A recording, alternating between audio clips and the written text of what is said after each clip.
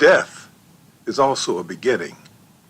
Hi, I'm Reverend Andrew Bozeman, and this is On the Wings of Your Mind. This weekend, I participated in a memorial service to bid farewell to my younger son, Andy, who passed away on May 2nd. Andy's death brought up many emotions for me, ranging from shock and disbelief to despair and numbness, and to a sense of frustration because there was so much more for us to share in the future. My mind actually shut down for a few days as it processed the enormity of losing my 53-year-old son while I look forward to my 78th birthday in a couple of days. Somehow it didn't make sense to my rational mind. So I had to step back from my work and take a rest. But death is something we must all face at some time in our life, hopefully later in life, but it's always there. Nevertheless, it is always there, waiting. Death marks the end of our time here on the physical plane, in our physical body, here on earth. And if whatever we wanted to do hasn't been done by then it's not going to get done, period. But is that all there is? Once we die, is it all over? Is there nothing more? There are those who believe that that's true, that there's nothing more, that once we die, poof, it's all over and there's nothing. They believe that once we leave here, there is nothing else. But I think they're wrong. Please click on the thumbs up button, and if you haven't already done so, please choose to subscribe. Remember, I would love to hear your thoughts, comments, suggestions, etc. So please use the chat box on the left side of the screen. And if you're viewing this live on YouTube, the chat box is on the right side of the screen. Otherwise, if you're viewing this at any other time, you're in replay mode, so the only thing you can do is use the comment section below. And as for subscribing, it's in the lower right-hand corner. Click on the logo, and you can subscribe. So back to work. I believe, along with millions of other people around the world, that death is not the end, but a beginning, a new beginning. Over the history of humanity, we've moved from a belief among our original ancestors that when a member of the tribe died, that member stayed in contact with the tribe and were always around to help guide us through stressful times of life. There were even certain people in the tribe who we sometimes call shamans, who had the ability and the gift to be able to communicate with those who had passed on. Then, sometimes later, we discovered science, and we lived through what is called the Age of Enlightenment. And during the Age of Enlightenment, we became more rational and much more skeptical in our views about life and death. After that, the idea of spirits sticking around after death was scorned and ridiculed. That belief was considered superstition. And anybody who claimed to be able to communicate with spirits was either crazy or a witch. And we know how some of them ended up. Now here we are a few hundred years later, and we're in the middle of another change in attitude. There are now literally millions of stories of near-death experiences. There are many thousands of mediums who have the ability to communicate with the so-called dead. And there are now hundreds of books written about the scientific examination of the possibility that there might be life after death. So what happens after we die? Well, as I said before, there are those who say that nothing happens. They say we no longer exist, and that's all there is to it. We're here 1 minute, totally gone the next. But my experience on that subject has been quite different, honestly. But in the interest of full disclosure, my original training as a minister was 6 years in the Amron Mystery School in San Francisco, where we held seances every month. And we learned how to communicate with spirits of those who were supposed to be dead. I can even recall a friend of mine coming to me in my home. He had just died a few hours before. I had already gotten the call that he had died. But he came rushing into my house. He was scared, in a state of shock that he was really dead. But I helped calm him down and pointed him on his way back to the light because he had gotten lost. You know, I'm a member of the First Spiritualist Temple in East Aurora, New York, which is outside of Buffalo, New York. Now, we spiritualists believe in life after death and communication with those who are dead. In a statement of principles of the National Association of Spiritualist Churches, the National Spiritualist Association of Churches, we have a statement of principles, a declaration of principles, and principle number 4 states, we affirm that the existence and personal identity of the individual continues after the change called death. Then this is followed by principle number 5 that says, we affirm that communication with the so-called dead is a fact, scientifically proven by the phenomena of spiritualism. And we repeat those every week. So is life after death really a thing? Is it really real? Well, in order for that to be true, the consciousness would have to survive after the death of the brain, which would mean that the brain does not create consciousness. And as I have discussed here on this program, on the Wings of Your Mind, there is a school of theoretical physics that now holds the position that the basic state of everything is consciousness. Consciousness. Everything that exists, absolutely everything, comes out of consciousness. So in that paradigm, consciousness comes first, even before there's a body. So when the body ends, consciousness continues to exist outside of the body. Now, I continually repeat to you the affirmation, I am an individualized expression of infinite intelligence. You are an individualized expression of infinite intelligence.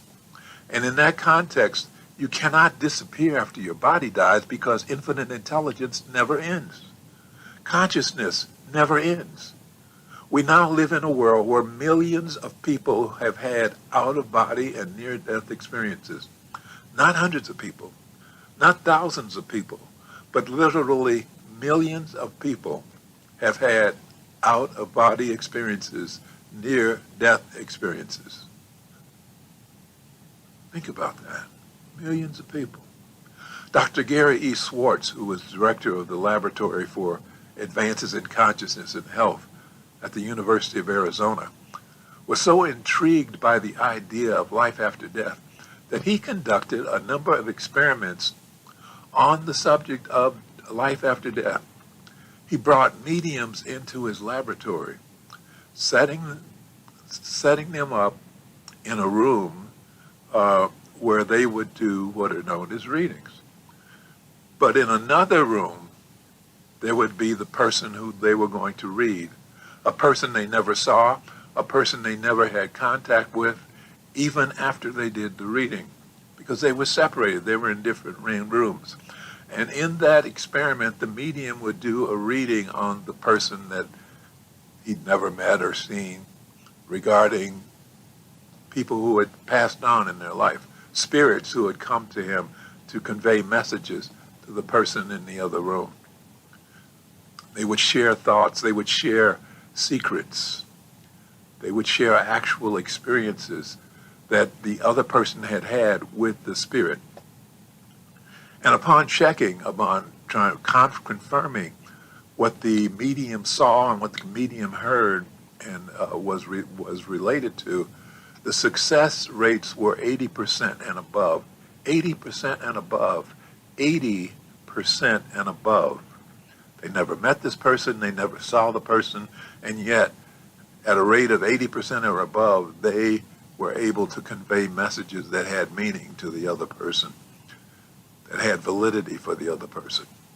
Dr. Schwartz even wrote a book about it. His book was called The Afterlife Experiments. Now, there's currently a 6-part documentary on Netflix entitled Surviving Death. The Surviving Death documentary takes in-depth looks at the issue of life after death from both a scientific and an anecdotal perspective. Basically, as I look around at our world today, there's an energetic search for the answers about what happens on the other side of that barrier that we call death. I think it's rather exciting because the answers they've come up with so far are quite encouraging, at least for me. I admit that the answers can be pretty unsettling for some people, while those same answers can be pretty exciting and comforting to other people. It all depends on your perspective. But the bottom line is, the answer seems to be yes, there is life after death. Of course, those who demand irrefutable, unshakable, concrete evidence are still safe in their bunkers of disbelief, because we don't have that yet. Not there. But there are cracks appearing in those thick walls of disbelief, cracks that I predict won't be long before those walls of disbelief crumble. But we won't concern ourselves with their resistance at the moment. There's no need for us to convince them. That's a job for infinite intelligence, and it will be done. The questions in my mind right now is, what does that mean for us, the people who are facing our own immortality? What does it mean for those who are facing death and are scared out of their wits? It means that we need not be afraid that we're going to fall into some deep, dark abyss of darkness where we'll be swallowed up and cease to exist. It ain't going to happen. From stories told by those who have experienced near-death experiences, many of them have encountered people they loved who were waiting for them. This is actually reinforced by another book. Dr. Christopher Kerr, a medical doctor who for years was the attending physician in a hospice environment. A hospice, by the way, is a type of environment, a type of healthcare where the focus is on the pain and symptoms of terminally ill patients, making them comfortable, attending to their emotional and spiritual needs at the end of their life. They know they're going to die, and they make the passage easier. Hospice care seeks to provide quality comfort of life, quality of life, by reducing pain and suffering. And so Dr. Kerr wrote a book about his experiences, and it's called Death is But a Dream. Now, in his book, he shares story after story of patients who began having dreams during the final weeks of their lives, where friends and relatives and loved ones who had previously died returned to give them comfort, to relieve their fears of death, and to escort them through the process of death. So for them, death was not something to fear, but to accept as another step on their journey of life. I can remember personally being on a death watch with one of the members of my congregation when I lived in Marin County in Northern California. He was terrified of dying, and even though he had received visitations from old friends who had passed on years before, who wanted to give him comfort, he still fought desperately to hang on to life. So a couple of other ministers from my church and I did hands-on healing work for hours as we tried to ease his fears and relax his muscles that were rigid from terror. Finally, after several hours, we were able to get him to the point where he relaxed. And within 30 minutes after he relaxed, he released and allowed himself to pass into death. 30 minutes. Now, one of the people who helped me there during those hours prior to his death is a medium. So she went into a trance and tried to contact him on the other side to make sure he was okay. Well, when she finally reached him, he was enjoying time with some old army buddies of his, and he told her, "I should have done this a long time ago." I should have let go a long time ago. That really amused me. because he fought so hard to hold on to life. He fought so hard not to let go of his physical body, even though he was in constant pain. But finally, he saw that there was nothing to be afraid of. One of the things that I think is noteworthy is that people who have had near-death experiences no longer fear death. They have, in essence, had a preview of what's coming, and they've seen enough to ease their minds. They are now assured that death is not the end, but there's more to come after the change called death. A new beginning, if you will. There is now a sense of calm and peace as they face the events of their everyday lives. It's not that big a deal anymore.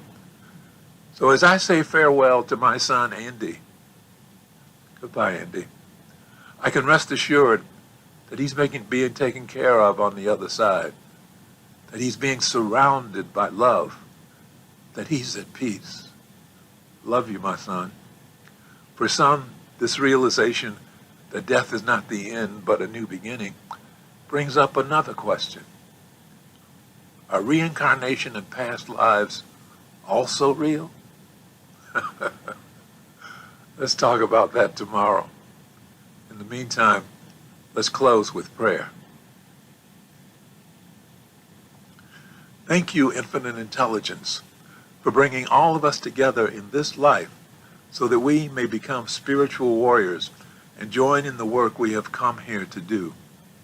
Thank you, Infinite Intelligence, for bringing us into this space of awareness and a deeper understanding of ourselves and our relationship to life and infinite intelligence.